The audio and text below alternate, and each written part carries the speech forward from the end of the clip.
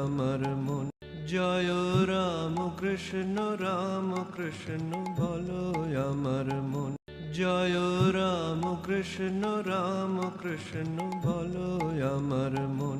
জয় রাম কৃষ্ণ রাম কৃষ্ণ বলো আমার মন। জয় রাম কৃষ্ণ রাম কৃষ্ণ বলো আমার মন।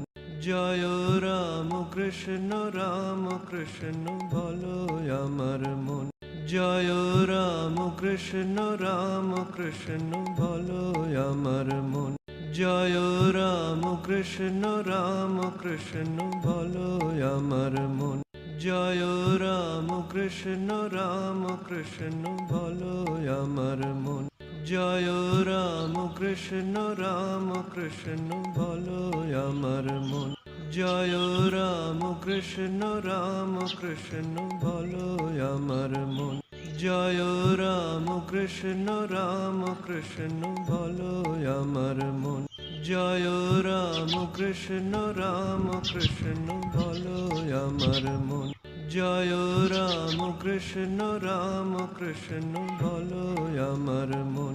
জয় রাম কৃষ্ণ রাম কৃষ্ণ বলো আমার মন। জয় রাম কৃষ্ণ রাম।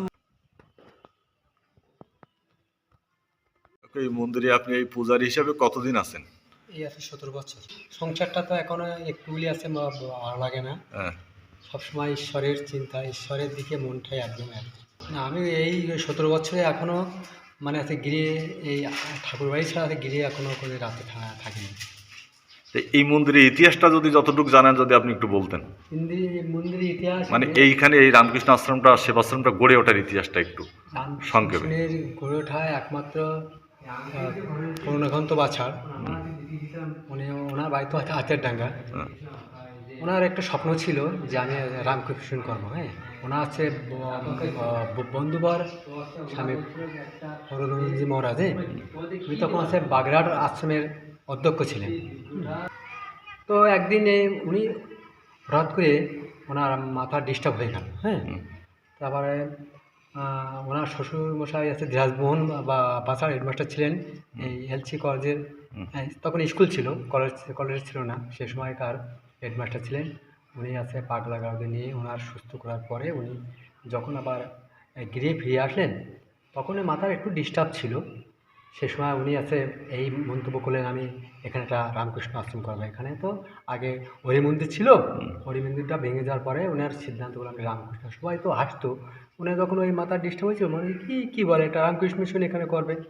উনি একটা বিরাট ব্যাপার তো, বৃহৎ ব্যাপার।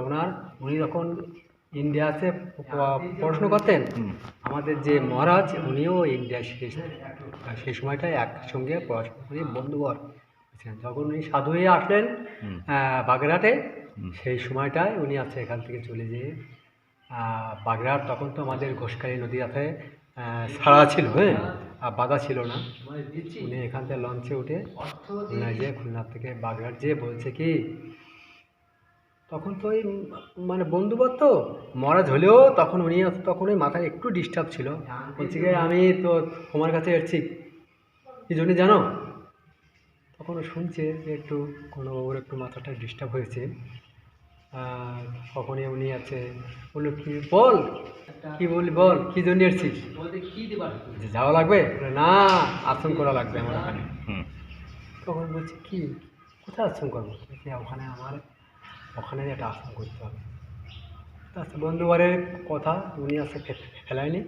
তো এই রামকৃষ্ণ সেবাশ্রম আপনাদের কি বাগেরহাট মিশনটাকে নিয়ন্ত্রণ করে নাকি ঢাকা? হ্যাঁ, আমাদের আছে বাগেরহাট মূলত কত বেলুর মঠ প্রধান কেন্দ্র। মানে বেলুর মঠ থেকে আমাদের নিয়ন্ত্রণ আছে ঢাকা মঠ। ঢাকা মঠ হেডকোয়ার্টারে, ঢাকা হেডকোয়ার্টার, ওখান থেকে সব সাপ্লাই সব আশ্রমগুলো, হ্যাঁ। এটা তো বাগেরহাটের, এখানে আছে বাগেরহাটের শাখা। এই ঠাকুরের বিগ্রহটা কোথায় থেকে সংগ্রহ করা? এটা আছে বেলুর মঠ থেকে। সরাসরি বেলুর মঠ থেকে আসছে না? কৃষ্ণ বলো আমার মন। জয় রাম কৃষ্ণ রাম কৃষ্ণ বলো আমার মন।